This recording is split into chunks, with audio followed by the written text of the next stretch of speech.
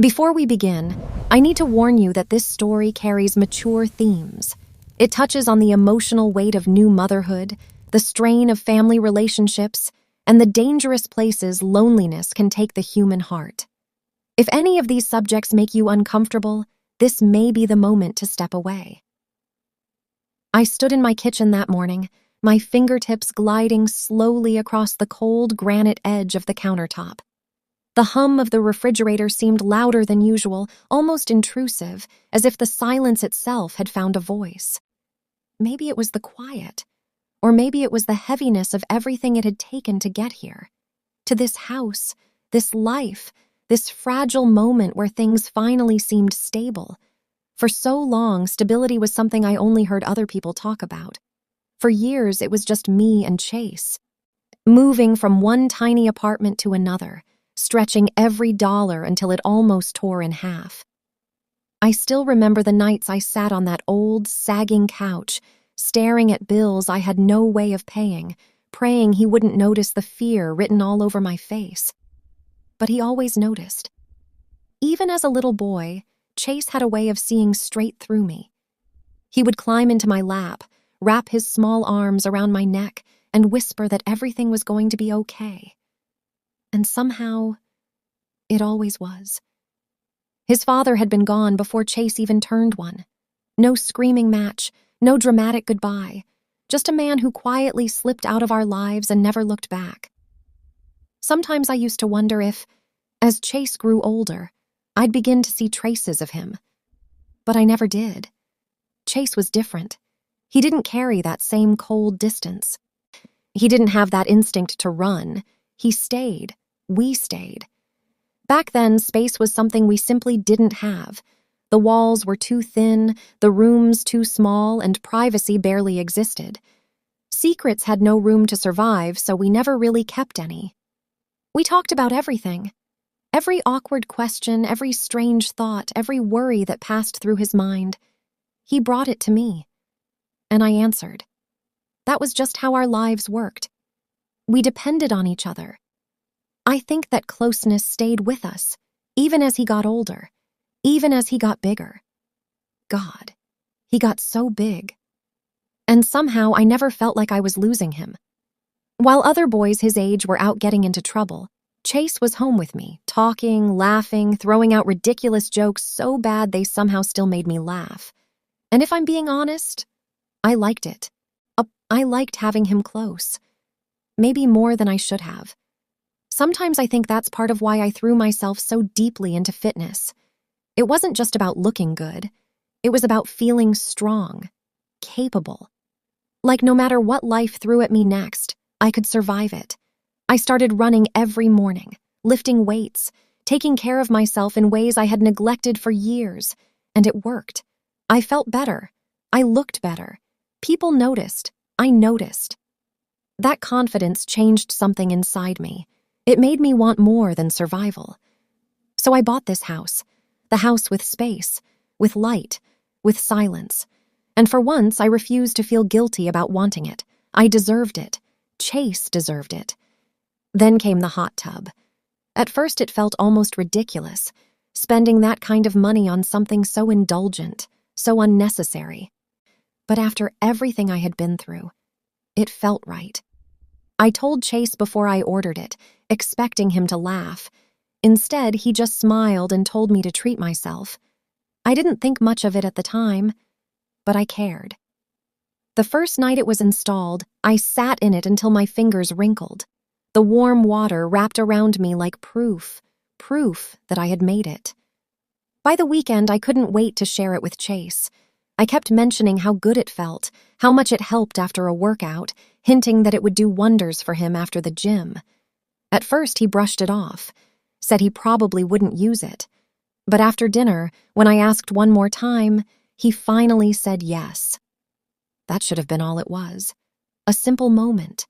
A mother and son unwinding after a long day, but when I pulled out my bikini that night, something felt different. No, not wrong. Just different.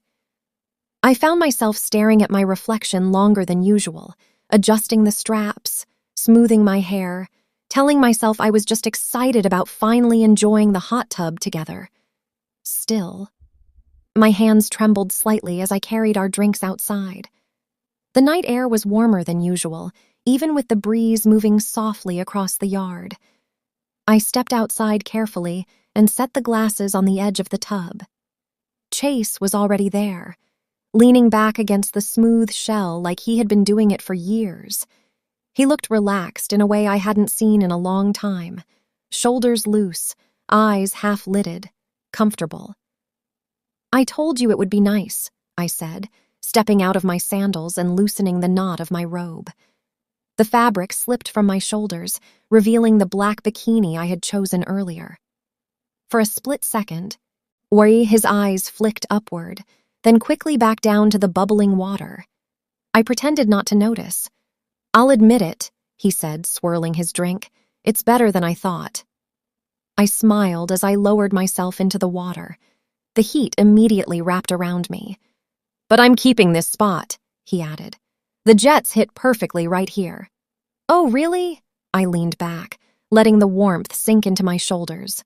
"Well, don't get too comfortable. That's my spot." He grinned.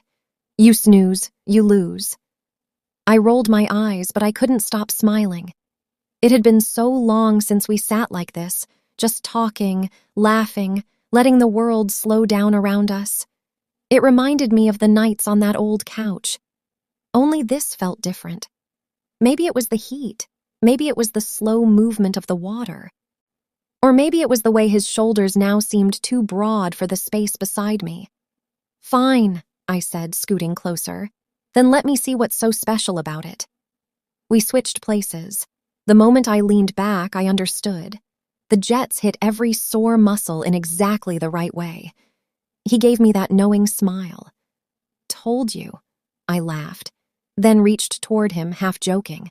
Before I realized what was happening, we were both laughing, splashing water over the sides of the tub as we playfully shoved at each other.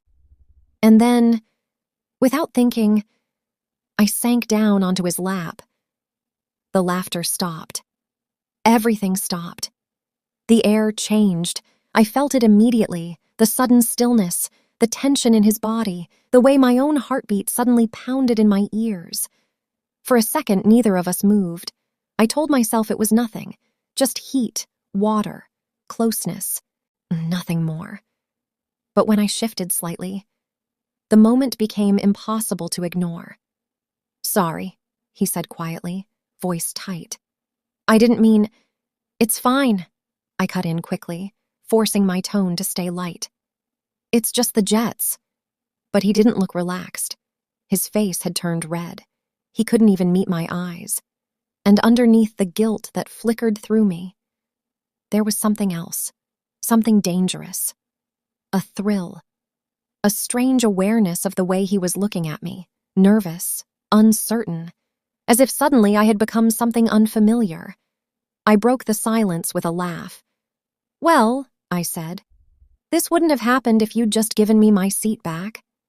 He laughed too. The tension softened, but it didn't disappear. Not really. When he got out to grab another drink, I found myself watching him longer than I should have. And when the door closed behind him, I exhaled shakily. What was that? I leaned my head back against the edge of the tub, my whole body still buzzing. Maybe it was harmless, maybe it wasn't.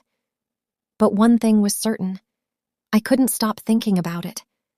The way it felt, the way he looked at me, the way, for the first time in a long time, I felt alive.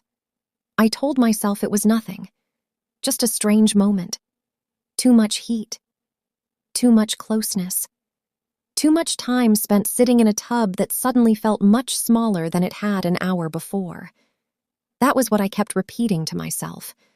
But the next morning, it was the first thing on my mind. The way he had looked at me, the nervousness in his eyes, the embarrassment, and something else, something I didn't want to name. What unsettled me most wasn't his reaction. It was mine. I had woken up feeling light, almost flattered, and beneath that, curious. I didn't set out to tease him, at least that's what I kept telling myself, But once the thought entered my mind, it stayed there, lingering, growing. It started with something small, a tank top, no bra, just enough to feel casual, believable.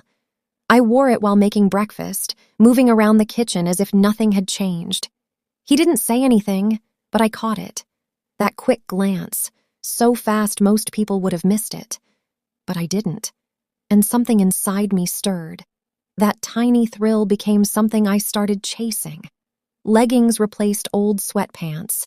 Tank tops became lower cut. I found myself bending over a little more often when he was nearby, stretching a little longer, walking a little closer. Always just enough to make it feel accidental. Harmless. That was the word I clung to. Harmless. But the more it happened, the more I realized I liked it. By the time Christmas came around, something had changed between us. The air itself felt heavier, charged. It wasn't just the clothes. It was the way we joked now, the way his teasing started to push just a little further. One evening, as I leaned over the couch in leggings and a fitted tank top, he laughed softly. "Careful, Mom," he said. "You're going to make somebody stare." I rolled my eyes. "Oh, please, you've seen me in workout clothes 1,000 times. He gave me a look. "Doesn't mean I'm blind." That stopped me. He said it casually. Too casually. But my stomach tightened anyway, because something in the way he said it made the room suddenly feel smaller. I turned away before he could read my face. The hot tub came up again a few nights later. This time, I didn't even have to ask. He was already grabbing towels and drinks before dinner was fully cleared. That alone should have told me something. I chose a pink bikini that night, smaller than the black one, a little tighter, a little bolder. When I stepped outside, Chase was already waiting. The moment his eyes dropped for that split second, I noticed, and I smiled. "Jesus, Mom," he muttered as he handed me my drink. "You're about to fall out of that thing." I laughed as I lowered myself into the water. "Oh, stop. I wouldn't want to traumatize you." His expression shifted. "It'd probably be more traumatizing for you." The words settled between us, heavier than steam. Neither of us pushed the moment further, but the tension never left. When I joked about switching seats again, he immediately shook his head. "No chance." I tilted my head. "Why not?" His face turned red. "You know why." I pretended innocence. "What happened last time?" He let out a breath and looked away. "You know, your little visitor." I laughed, maybe a little too hard, but inside, my pulse had already started racing. Later, when he climbed out of the water and the wet fabric clung to him, I caught myself looking longer than I should have. And once again, that same dangerous thrill rushed through me. After Christmas, it only got worse. I found excuses, reasons to keep the game alive. When a new sauna arrived that I had bought for myself, Chase offered to put it together. I stayed close while he worked. Too close. Leaning against the doorway in shorts and a crop top, watching him tighten screws. "Oh, Mr. Handyman," I teased. I'm trailing my fingers lightly along his arm. "How am I ever supposed to repay you?" He laughed, but I saw it, the way his eyes dipped. Quick, almost involuntary. I stepped back just enough to keep things balanced. The next day, I invited him to try it with me. He hesitated, then agreed. I wore shorts and a thin tank top, no bra, just enough. He came in wearing gym shorts, shirtless, and for the first time I saw it clearly. He wasn't the little boy I had raised. He looked like a man. We sat close, too close, our legs brushed, my pulse quickened. "You did such a good job with this," I said, leaning back. "Are you sure there's nothing more I can do for you?" He grinned. "Well, I do have a big problem you could help with." For a moment I froze, then he laughed. "Kidding?" I smiled slowly. "Oh." I thought maybe our little visitor had returned. This time his eyes moved to my chest, just for a second, but it was enough. "Well," he said quietly, "you're not exactly visitor-free either." I looked down. The fabric clung lightly against me. I smiled. It's natural after a workout. The timer beeped, breaking the moment, but it had already happened. The line had moved again. That night I lay awake, restless. Part of me wanted to stop, to pull everything back before it went any further. But another part of me wanted to know just how far this tension could stretch before it snapped. The conversation happened in the kitchen.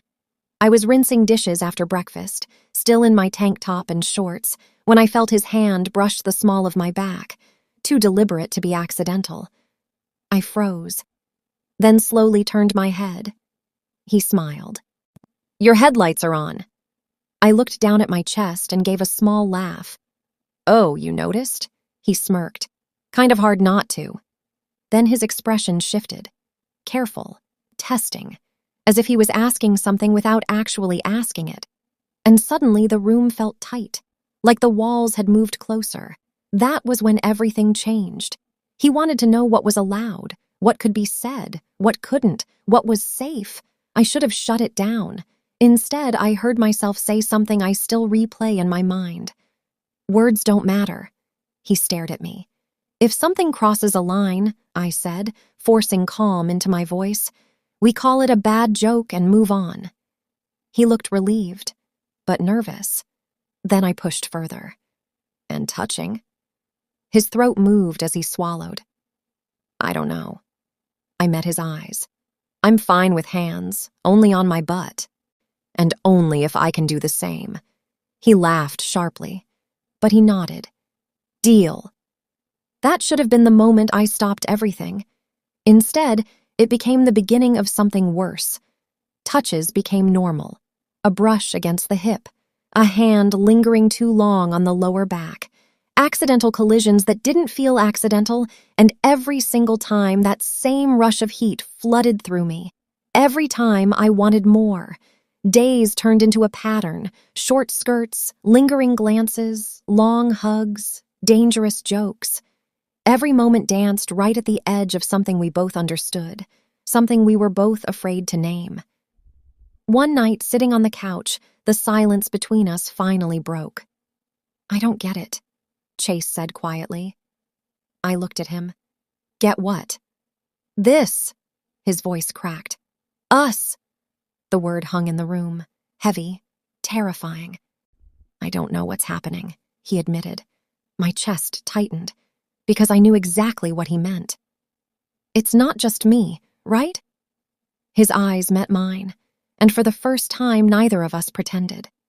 "No," I whispered. "It's not." The silence that followed felt dangerous. I should have ended it. I should have stood up, walked away. Instead, I stayed. Every word after that only made the tension worse. He admitted he couldn't stop thinking about me, and God help me. I admitted the same. "It scares me too," I said. Then I said the words that still haunt me. "But it makes me feel alive." The moment I said it, everything shifted. He looked at me like he was searching for permission, for reassurance, for something. And I gave him the truth. "We keep it light. Nothing serious. Nothing beyond teasing. If it goes too far, we stop." He nodded. But even then, I knew. Neither of us really believed we still had control. That night, I barely slept. By morning, reality finally began to settle over me. The kitchen conversation the next day was different, clearer, heavier, more honest. "We need boundaries," I said. "Real ones. No touching, no teasing, no moments we have to explain away." He looked disappointed, but he nodded. Because deep down, we both knew we had already gone too far. I took his hand. "You make me feel seen." His face softened. "But this can't be where I find myself again." He understood. Or at least he tried to. The hug we shared afterward felt familiar, but lighter. Like the tension had finally loosened its grip. Later that night, I stood in front of the mirror, and for the first time, I really saw myself. Not just my body, not just what someone else might notice, but me. The woman I had forgotten. The woman loneliness had almost convinced to lose herself. I realized then that what I had been craving wasn't him. It was the feeling, to be noticed, to feel alive, to feel wanted. And that was something I needed to find outside these walls, outside this house, outside the dangerous comfort we had built. When he came home that evening, everything felt easier. Dinner, television, conversation, almost normal. But as I lay in bed that night, one question kept circling in my mind. What if? What if we had crossed that final line? And more frightening than that, why did part of me still want to know? I still don't know exactly where this leaves me. Only that it's complicated. Loneliness can take you to places you never imagined. Places that feel good in the moment. Until you realize how close you are to losing yourself. If there's any lesson in this, it's this. Pay attention to the emptiness before it pulls you somewhere you can't return from. Thank you for listening. And if this story stirred something in you, I'd truly love to hear your thoughts. Because sometimes when you're standing in the middle of it, it's impossible to see clearly alone.